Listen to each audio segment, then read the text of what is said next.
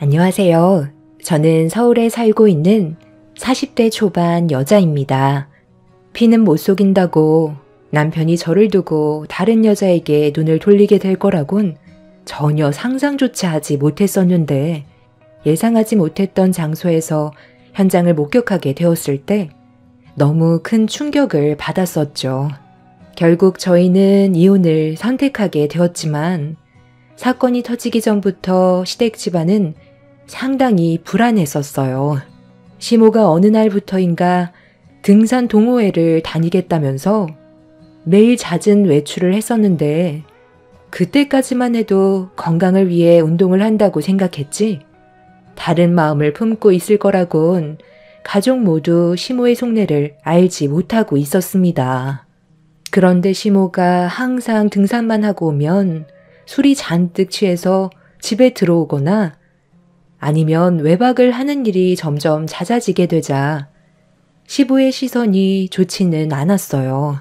시부가 조용히 지켜보고 있던 이유는 시모가 어느 날부터인가 우울증이 와서 몇 번 병원을 다닌 적이 있었는데 운동이 도움이 된다는 말에 지인분들과 몇 번 동네 뒷산을 다니다가 여행 겸 처음으로 모임에 가입해 등산을 간 적이 있었는데 그때부터 우울증이 싹 사라지고 생활에 활력을 얻어 그런 모습을 보게 된 시부는 안심이 되었는지 그때부터 시모가 동호회 활동하는 걸 좋은 시선으로 바라보고 있었어요. 그런데 날이 갈수록 점점 도가 지나치는 행동들에 걱정을 하게 되었고 일주일에 3번 정도 나가던 등산 동호회 모임에 하루도 안 빠지고 일주일 내내 가정에는 신경조차 쓰지 않고 놀러만 다니는 모습에 결국 시부가 한마디 하게 되었죠. 일주일에 2번 정도만 다니면 어떻겠냐는 의견을 냈었는데 시모는 그 말을 듣자마자 노발대발 하면서 흥분을 하더니 하루도 빠짐없이 참석할 거라고 화를 냈어요. 당신 우울증 고치려고 적당히 운동하라고 했던 건데 하루도 빠짐없이 동호회 활동을 하면 어쩌자는 거야? 집안일에도 신경 좀 써야 하는 거 아니야? 아유, 1~2살 먹은 나이도 아니고 알아서 챙겨 먹으면 되는 거지. 당신은 내가 또 우울증 때문에 힘들어졌으면 좋겠어. 이제야 인생을 즐기게 됐는데 이 좋은 걸 나보고 그만두라고? 아니면 나랑 같이 동호회 활동해 보던가. 어차피 당신은 일이 바빠서 시간을 낼 수도 없잖아. 그냥 나 좀 내버려두면 안 돼? 엄마 때문에 지금 아빠가 얼마나 걱정을 많이 하고 있는 줄 알아? 정도껏 해야지. 너무 지나치면 집안에 균열이 생기게 되는 거라고. 너도 엄마가 다시 우울증이 재발하길 원하는 거야? 등산을 하면 엄마가 살아있다는 느낌을 받아서 그런 시간들이 우울증을 없애주는데 등산을 안 나가고 집에서 쉬면 엄마는 우울증에 걸려 쓰러질지도 모른다. 집안일이야. 너희 아빠가 이제부터 하면 되잖아. 한평생 내가 해왔으면 이제 당신이 할 때도 됐잖아. 그럼 당신이 나 대신 일하러 나갈 거야? 다시 한번 말하지만 일주일 내내 등산 동호회 나가는 건 내가 용납 못해. 집안일에도 어느 정도 신경 써야지. 계획 없이 하고 싶은 것만 하면서 멋대로 살라고 동호회 가는 거 허락해 준 거 아니야. 할 일 하면서 조절을 하라는 건데 이건 뭐 아예 혼자 사는 거랑 뭐가 달라? 그래요 엄마. 이번 건 좀 심한 것 같아요. 아빠가 집에서 계속 기다리고 있는데 엄마는 밤늦게 집에 들어오잖아요. 오죽했으면 아빠가 라면까지 먼저 준비해놓고 엄마를 기다리고 있겠어요. 하루 안 나간다고 해서 몸에 큰 문제가 생기는 건 아니잖아요. 기본적으로 해야 될 일까지 안 하면 그건 잘못된 거라고요. 가족 모두가 시모 행동에 대해 문제를 삼고 있었어요. 저 또한 너무 지나칠 정도로 등산 동호회에 빠져 있다고 생각했었죠. 그런데 시모가 왜 그렇게까지 하루도 안 빠지고 나가는지 온 가족이 목격을 하게 되는 충격적인 광경이 눈앞에 펼쳐졌습니다. 매번 가족 모임에 빠져서 시모를 제외하고 외식을 한 적이 있었는데 즐거운 식사를 마치고 식당에서 나오고 있는 중이었어요. 시댁으로 가기 위해 남편이 주차장에서 차를 가지고 오는 동안 시댁 식구들과 대화를 주고받고 있었습니다. 그런데 버스 한 대가 저희 앞에 정차를 하더니 문이 열렸고 많은 등산객들이 우르르 내리고 있었어요.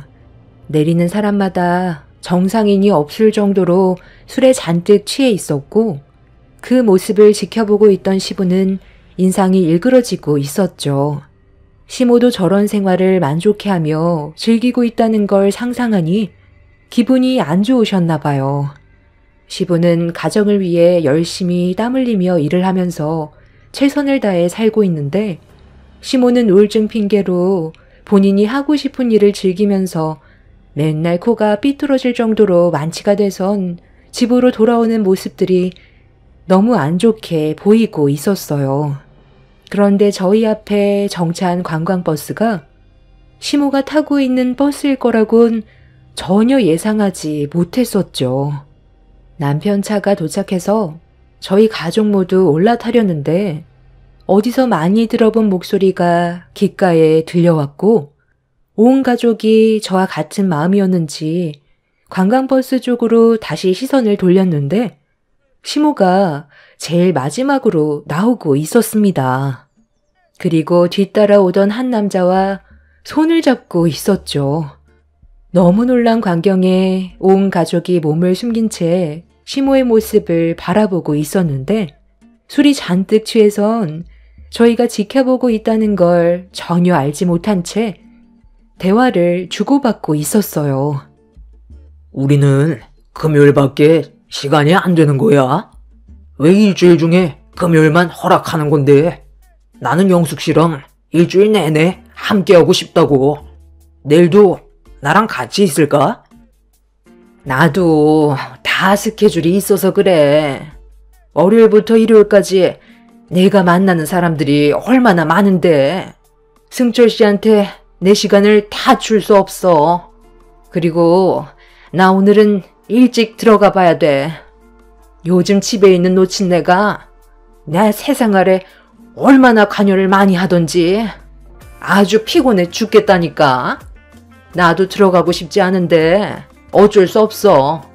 돈줄이 막히면 내 생활에 지장이 생기잖아. 어느 정도 기분을 맞춰주지 않으면 내가 피곤해져. 그러니까 우리 오늘은 여기까지만 하는 걸로 해. 영숙 씨, 잠깐만 기다려봐. 오늘 나랑 함께 있기로 한 거 아니었어? 지금 생활이 힘들면 이혼을 해. 내가 더 잘해줄 수 있다고. 그런 힘든 삶을 살지 말라니까. 미안한데 나는 한 사람에게 구속돼서 살고 싶지 않아. 집에 있는 그 인간도 내 돈줄일 뿐이야. 그리고 나는 가정을 이룬 여자야. 다음 주 금요일에 보자고. 그럼 딱 2시간만 쉬다 가면 안 돼? 이대로 가는 건 너무 아쉽잖아. 아니면 1시간도 괜찮으니까 저기 잠깐 가서 쉬다가 가자. 그렇게 할 거지? 그럼 딱 1시간만 쉬다가 가는 거야. 나도 더는 양보 못해. 요즘 승철 씨 나한테 상당히 집착하는 것 같은데 앞으로는 자제 좀 해줬으면 좋겠어. 입이 다물어지지 않을 정도로 충격적인 광경을 보게 된 가족 모두 어떻게 해야 할지 몰라 시모의 모습을 멍하니 쳐다볼 수밖에 없었어요. 시부는 시모가 처음 본 남자와 손을 잡고 호텔을 향해 들어가려는 모습을 보면서 온몸을 떨고 있었습니다. 분노한 얼굴을 보게 된 가족들은 화가 난 시부의 모습이 앞으로 어떤 일이 펼쳐지게 될지 눈앞에 훤히 보여 일단 시부를 진정시키는 게 좋을 것 같아 침착하게 행동하시라고 말씀드렸지만 이미 시부는 가족들을 뿌리치고 시모와 남자가 호텔로 들어가는 모습에 이성을 잃어버려 호텔 안으로 뛰어 들어갔어요. 그리고 남자를 돌려 세우자마자 주먹을 올려 버렸어요. 시부가 눈앞에 나타나자 시모는 경악을 하면서 현장에서 도망치려 했지만 이미 시부에게 머리채를 잡혀 호텔 밖으로 끌려나가게 되었죠. 가족 모두가 흥분한 시부를 말리려 했지만 이미 손을 쓸 수 없을 정도로 화가 올라온 상태셨어요. 남편과 결혼 생활하는 동안 시부가 불같이 화를 내는 모습을 처음 보게 되는 순간이었죠. 항상 조용하셨고 묵묵하시던 시부가 분노를 하는데 아무도 말릴 수가 없었습니다. 결국 시모는 시부 앞에 무릎을 꿇었어요. 우울증 때문에 힘들다고 운동을 하고 싶다길래 원하는 대로 해줬더니만 나를 배신하고 저놈이랑 쿵짝거리고 있었어? 호텔에 들어가서 뭐 하려고 했어? 아니, 내가 당신을 두고 뭘 하겠어. 그냥 간단하게 맥주 한 잔만 하고 집으로 돌아가려고 했다니까. 지금 이런 상황에 뭐하러 거짓말을 하겠어. 승철 씨가 얘기 좀 해봐. 우리 남편이 오해를 하고 있잖아. 아무 관계가 아니라고 설명 좀 해달라니까. 원래 그냥 집에 들어갈 생각이었어. 내 말 좀 믿어줘. 에이씨, 어차피 이렇게 된 거 그냥 다 터뜨릴게요. 영숙 씨가 저 말고도 만나는 남자들 진짜 많아요. 하루에 한 명씩 일주일마다 남자들 갈아가면서 즐긴다니까요. 남자들한테 워낙 인기가 많아서 그날 하루 같이 놀고 싶어하는 남자들이 얼마나 많은데요. 그쪽이 영숙 씨 남편 되니까 충고 하나 해주는데 여자들 겉모습만 보고 속으면 안 돼요. 얼마나 요물인 줄 아세요? 우울증이라고요? 제가 봤을 땐 그건 그냥 핑계지. 동호회 활동 편하게 하고 싶어서 우울증 얘기한 거라고요. 남자들 홀리는 재주가 얼마나 뛰어난 줄 아세요? 100이면 100 다 넘어올 정도로 나이 못지않은 몸매에 상냥하게 호응까지 더해주는데 등산 동호회 활동하러 나오는 남자들 대부분이 여자들과 하루 즐겁게 놀려고 나오는 거라고요. 오늘도 얼마나 많은 남녀들이 짝을 잃었는데요. 그동안 얼마나 무관심했으면 영숙 씨가 어떤 생활을 하고 있었는지조차 모르고 있어요. 같은 남자지만 그쪽은 정말 인생 헛살은 것 같네요. 영숙 씨, 여기까지 와서 거짓말이야? 저희 매주 금요일마다 만나왔어요. 그쪽이 상상하는 이상으로 할 건 다 있으니까 고소를 하든 알아서 하세요. 이제 그만 영숙 씨 저한테 보내주시죠. 너 미쳤어? 네가 뭔데 남의 가정을 파탄내려 하는 건데 그동안 놀아준 것만도 감사하게 생각해야지. 바른 대로 대답하라고. 우리가 뭘 어쨌다는 거야? 시모는 말까지 더듬으면서 당황해하고 있었고 옆에 같이 서 있던 남자는 시모만 있으면 된다고 상간소송을 해도 위자료 다 물어줄 테니 하루빨리 이혼해주길 원하고 있었어요. 그날 이후 시부는 더 이상 시모를 용서해주지 않았습니다. 그동안 시부 몰래 만나왔던 남자들에게 상간소송을 진행했고 시모에게 이혼 서류를 던지면서 더 이상의 부부 생활을 이어나가려 하지 않았어요. 그제서야 모든 행동들을 인정하고 무릎 꿇고 손이 발이 되도록 용서를 구했지만 이미 시부의 마음은 떠나가 버렸기 때문에 더는 좋아질 수 없었고 결국 이혼 서류에 도장을 찍을 수밖에 없었죠. 그렇게 시부모님은 이혼을 하게 되었고 가족들 모두 시모에게 실망을 한 나머지 한동안 만남도 가지지 않았어요. 충격을 받아 정신적으로 힘들어하는 시부를 위로해주기 위해 많은 시간을 함께 보내드렸죠. 시부는 차라리 속 편하다면서 앞으로의 인생을 좀 더 즐기면서 살고 싶다며 하시던 일까지 정리하고 혼자서 여행을 떠나셨어요. 그 뒷모습이 너무 외로워 보였지만 저도 좋은 결정인 것 같아 시부를 응원했었죠. 시모는 중간중간 저희 부부와 신혼여행을 만나려고 했었지만 저희들 또한 마음의 상처가 너무 컸었기 때문에 한동안 만남을 허락해주지 않았습니다. 남편과 신우는 시부모님이 이혼을 한 이후 정신적으로 많이 힘들어 했었어요. 그동안 쌓아왔던 가정이 한순간에 무너져 내려버렸기 때문에 어느 정도 시간이 필요했었죠. 그런데 시모의 바람으로 상처가 아물기도 전에 또 하나의 사건이 터져버렸고 이 소식을 듣게 된 저희 부부는 너무 놀라 서둘러 신우네외 집으로 향했어요. 신우 남편의 말을 믿을 수 없었던 저는 아닐 거라고 믿고 싶었지만 현관문을 열자마자 신우는 자기 남편의 뒤로 숨었고 자기 좀 살려달라면서 애원을 하고 있었어요. 저희도 이미 신우 남편에게 어떤 상황인지 대충 들어서 상당히 난처했었습니다. 일단 그 증거물이라는 것 좀 보게 가지고 와봐. 엄마가 지금 어떤 일을 저질렀는지 전부 봤으면서 그동안 아닌 척하고 몰래 뒤에서 허박씨를 까고 있었던 거야? 아니, 오빠, 그게 아니라 내 말 좀 들어봐. 회사 동료로서 친하게 지내는 사이인데 저 사람이 지금 오해하는 거라니까?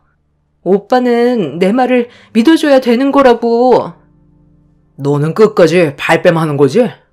이미 여기에 증거물이 떡하니 있는데도 계속 거짓말을 할 거야? 이게 뭔지 다들 아시죠? 저 사람 뱃속에 지금 다른 남자의 자식을 품고 있는 중이라고요. 둘이서 몰래 산부인과에 갔다가 저한테 딱 걸렸는데 저보고 뭐라고 하는 줄 알아요? 애는 쟤인데 혼자 가기 두려워서 같이 가달라고 했대요. 누가 그 말을 믿어주겠어요? 임신을 했다면 당연히 저한테 먼저 얘기해야 되는 거고 저랑 같이 가는 게 맞는 거잖아요. 그런데 회사 동료와 같이 산부인과에 들어갔다는 건 뭘 의미하겠어요? 어차피 유전자 검사하면 다 밝혀지는데 끝까지 아니라고 잡아떼고 있다니까요. 저희 부부 6개월 동안 단 한 번도 잠자리 한 적 없어요. 이 사람이 어느 날부터인가 저를 거부하길래 저도 더는 손을 내밀지 않았었다고요. 그때부터 각방 생활하면서 지내왔었는데 저한테 뭐라는 줄 알아요? 제가 술 취해서 자기 방에 들어왔다고 말도 안 되는 변명을 늘어놓고 있어요. 저는 일이 바빠서 술 한잔 입에 대지 않았는데 이런 식으로 억지 부리면 제 실수를 받아줘야 하는 거예요? 다들 어떻게 생각하세요? 그 초음파 사진을 보고도 저 사람 편을 들어줄 수 있겠어요? 어차피 진실은 밝혀진다고요. 남편은 초음파 사진을 들곤 부들부들 떨면서 정신적 충격을 너무 많이 받았는지 휘청거리고 있었어요. 남편이 나중에 유전자 검사하면 다 밝혀지는 거라고 속일 생각하지 말고 확실하게 얘기하라고 화를 내자 대답을 잘하지 못하던 신우는 결국 뱃속에 있는 아이가 신우 남편의 아이가 아니라며 용서를 구했습니다.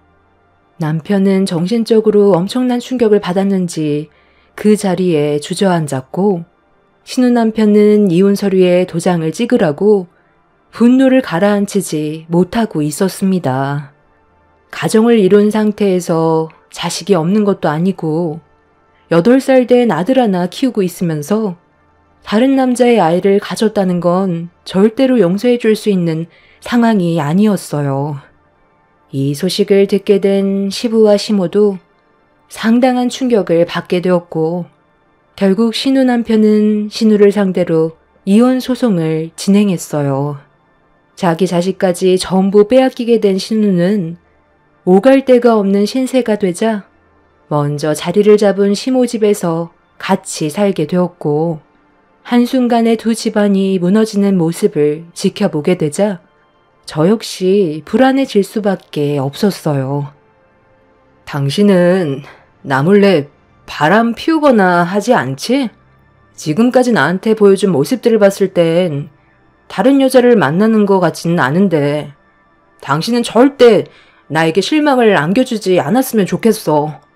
아이들을 생각해서라도 한눈 팔지 말고 당신이라도 제대로 된 가정을 이끌어가기 위해 노력해줘. 그렇게 해줄 수 있지? 그동안 나를 봐와놓고도 몰라. 우리 가족을 지키기 위해 내가 살아온 세월들을 봐봐.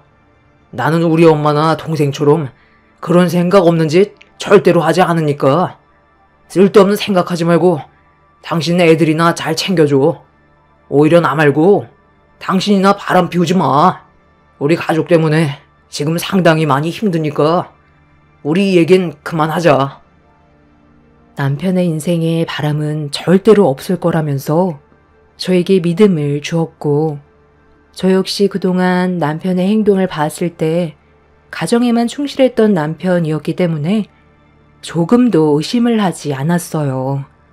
부부는 서로의 신뢰가 중요하다고 생각했던 저는 남편을 믿기로 했었고, 한동안 시모와 신우는 만나지 않았습니다. 저희 가정에 안 좋은 영향만 끼칠 것 같아 연락조차 하지 않고 있었는데, 조용히 지내던 어느 날 저희 부부가 좀 더 좋은 환경에서 지내기 위해 이사 계획을 세우고 있었는데, 서초동에 신축 빌라가 나와서 입주를 하기 위해 준비를 하고 있었어요. 아이를 키우면서 회사 생활하기에는 너무 좋은 위치라 부모님의 도움을 받아 약간 욕심부려서 계약을 하게 됐었죠. 지금 살고 있는 집도 충분히 좋은 지역이긴 하지만 아이들이 앞으로 다닐 중고등학교도 걱정을 안 할 수가 없어서 걸어서 다닐 수 있는 곳에 자리를 잡고 싶었고, 남편도 제 의견에 동의를 했었어요. 그렇게 이사를 가기 위해 나머지 잔금을 마련하기 위해서 그동안 적금해놨던 것도 정리하려고 은행을 가고 있었는데, 회사에서 근무를 하고 있어야 될 남편이 어디론가 급히 걸어가더라고요. 꽤 큰 가방을 메고 지하철 계단으로 내려가길래 평소의 모습이 아닌 것 같아 남편을 뒤따라 가게 되었고, 화장실로 들어가는 걸 볼 수 있었습니다. 볼 일이 급해서 그런 건가 보다 생각하며 나오면 잠깐 대화 좀 하려고 기다리고 있었는데, 화장실에서 걸어 나온 남편을 보는 순간 급하게 몸을 숨겼어요. 화장실에서 나온 남편은 주변을 한번 살피더니 또다시 어디론가 향했고, 들고 있던 가방을 보관함에 넣었습니다. 저는 남편의 모습에 너무 놀라 온몸에 소름이 돋았어요. 화장실에 들어갈 때 모습과 나올 때의 모습이 전혀 달랐었거든요. 무엇 때문에 옷을 갈아입었는지 알 수가 없어 최대한 거리를 두며 묵묵히 뒤따라갈 수밖에 없었고, 남편이 향하는 목적지에는 뭐가 있을지 궁금해 지하철까지 함께 타게 되었습니다. 그렇게 한참 동안 남편의 뒤를 따라간 곳은 저희 집과 반대되는 상당히 거리가 먼 곳이었어요. 차도 있는 사람이 왜 옷을 갈아입고 지하철까지 타면서 그 먼 거리를 고생해서 왔는지 알 수가 없었죠. 그렇게 다세대 주택단지가 있는 곳에 도착한 남편은 어느 한 집에 도착해 벨을 눌렀고, 현관문이 열리자마자 충격적인 광경이 눈앞에 펼쳐졌습니다. 30대 중반 정도 되어 보이는 꽤 젊은 여자가 남편을 보자마자 많이 기다렸다면서 달려들어 포옹하고 있었어요. 그 모습을 보는 순간 가슴이 철렁 내려앉았고, 저한테는 절대로 다른 여자를 만나지 않겠다고 약속을 했던 남편이 저에게 모든 걸 철저하게 숨기려고 옷까지 갈아입으면서 모든 흔적을 남기지 않으려 했던 모습들이 너무 큰 배신감을 느끼게 만들었습니다. 그런데 남편이 그 여자를 밀어내면서 심각한 얼굴로 대화를 이어나갔어요. 나 오늘 할 말 있어서 온 거야. 질질 끄는 거 별로 안 좋아하니까 바로 본론부터 얘기할게. 우리 이제 그만 만나는 게 좋을 것 같아. 이런 식의 만남 솔직히 서로를 무너뜨리게 된다는 거 알고 있지? 나중에 이 사실을 당신 집안 사람이나 우리 집 사람이 알게 된다면 서로에게 상처밖에 안 남는 거라고. 나도 그동안 당신을 진지하게 만나오고 있었지만 오리가 길면 결국 밟히게 되는 건 시간 문제야. 이 집도 서로의 집안에 걸리지 않으려고 마련한 거잖아. 밖에서 돌아다니다 보면 눈에 띌 수 있는 확률이 많아지니까. 그래서 우리 둘이 함께 할 수 있는 공간을 마련한 건데 여기도 안전한 것 같지는 않아. 내가 저번에 얘기했지? 우리 집안 지금 완전 쑥대밭이 되어버렸다고. 나도 우리 엄마랑 동생이 바람 피우고 있을 거라곤 상상도 못했는데 나까지 그 사람에게 상처를 줄 순 없어. 당신도 사랑하지만 나는 내 가정을 지키고 싶어. 나만 목 빠지게 기다리는 아이들한테 상처를 주고 싶지 않다는 거야. 그러니까 우리 여기까지만 하자. 더 나간다면 정말 돌아갈 수 있는 길조차 없어지는 거라고. 당신도 지금 꾸린 가정을 잃고 싶지는 않잖아. 우리 관계는 불장난 같은 거 당신도 잘 알지? 나 임신했어. 당신 아이가 내 뱃속에서 자라고 있다고. 더는 돌이킬 수 없는 상황까지 이미 와버린 거야. 차라리 우리 새 출발하자. 뱃속에 있는 당신 아이와 다시 시작하는 거야. 서로 진심으로 사랑하고 있는데 억지로 살고 있는 지금의 가정에 다시 돌아가고 싶은 거야? 나는 그렇게 하고 싶지 않아. 모든 걸 다 포기해서라도 당신과 살고 싶어. 당연히 이혼하면 그동안 꾸려왔던 가정이 무너지니까 마음은 안 좋겠지. 하지만 앞으로 살아갈 날이 더 많은데 행복한 인생을 위해 현명한 선택을 해야 되지 않겠어? 나는 당신과 생각이 달라. 이렇게 된 거 이혼할 테니까 당신도 하루빨리 정리하고 나한테 와줘. 거짓말 하지 마. 무슨 임신이야? 서로의 가정에는 문제가 되지 않게 철저하게 지키기로 했었고 약속까지 했으면서 지금 헤어지자고 하니까 거짓말 하는 거지? 한동안 약 안 먹고 있었어. 당신 아이를 낳고 싶어서 끊은 지 꽤 오래됐거든. 나중에 검사해보면 알 거 아냐. 내 뱃속에 있는 아이 100% 당신 아이야. 너 지금 여기서 뭐 하는 거야? 저 여자가 임신을 했다고? 나한테 절대 바람 같은 거 피지 않는다고 하지 않았어? 그럴 일 없으니까 무조건 믿어달라고 했었잖아. 당신이 어떻게 여길 알고 온 거야? 잠깐 내 말 좀 들어봐.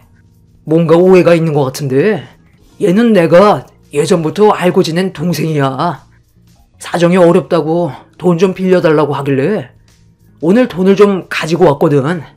자, 여기 네가 말한 500만 원.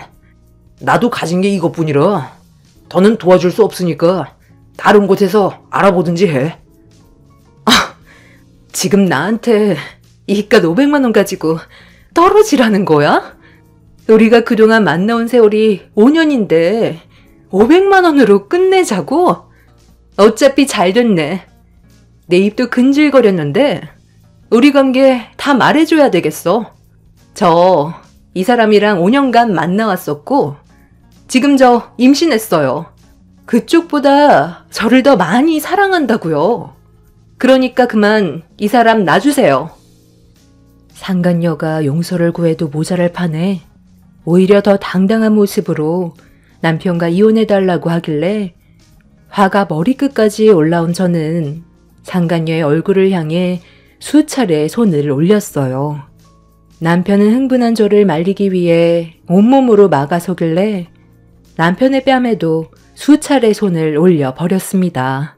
저를 속이고 5년 동안 철저하게 상간녀와 만남을 가졌다는 거에 엄청난 충격을 받아 온몸이 후들거리고 있었죠. 시모와 신우보다 더한 사람이 남편이었고 저 몰래 바람 피우고 있다는 사실을 알게 된 저는 그 자리에서 이혼 통보를 하게 되었습니다. 남편은 저에게 미안하다면서 뒤쫓아왔지만 어떠한 말도 들어주지 않았습니다. 그렇게 눈물을 흘리면서 앞만 보며 걸어가고 있었는데 눈앞에 고시원이 보이길래 한동안 머릿속이 정리될 때까지 이곳에서 지내라며 나중에 다시 연락하겠다고 지금 살고 있는 집에 들어오는 순간 모든 게 끝나게 될 줄 알라면서 더 이상 따라오지 못하게 만들었어요.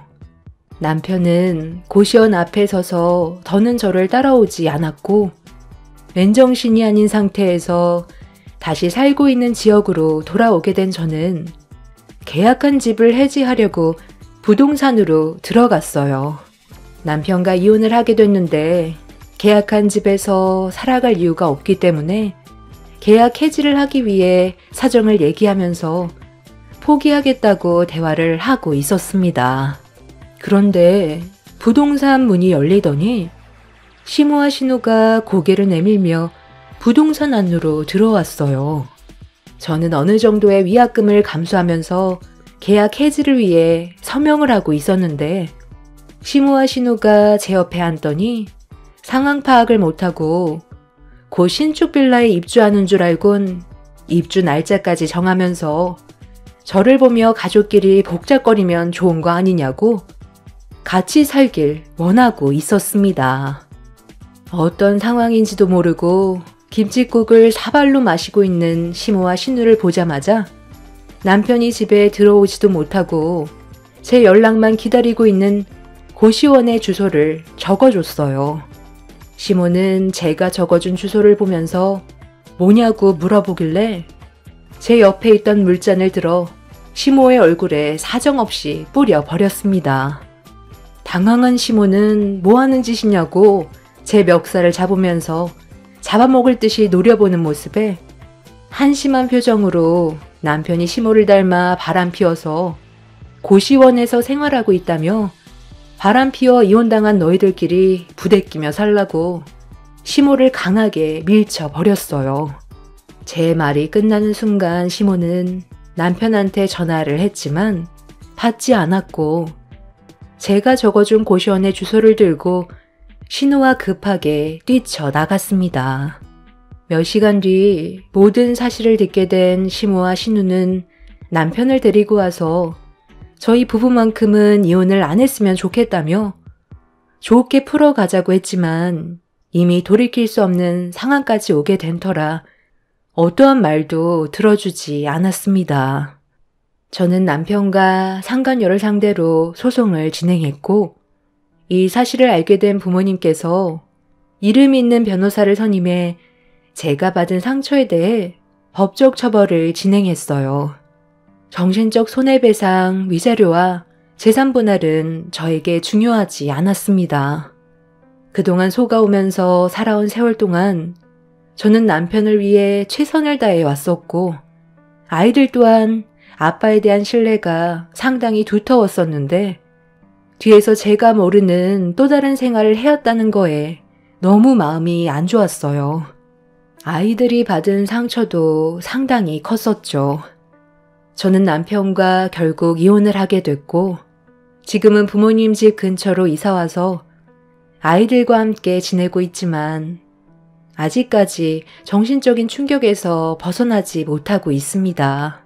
최근에 들리는 말로는 상간녀의 뱃속에 있는 아이가 유산이 됐고 전 남편이 만나주지 않으려 하자 해선 안 될 행동까지 저질러서 깨어나지 못한 상태까지 왔다는데 서로 북치고 장구치고 아주 생쇼를 하는 모습이 참 한심스럽더라고요.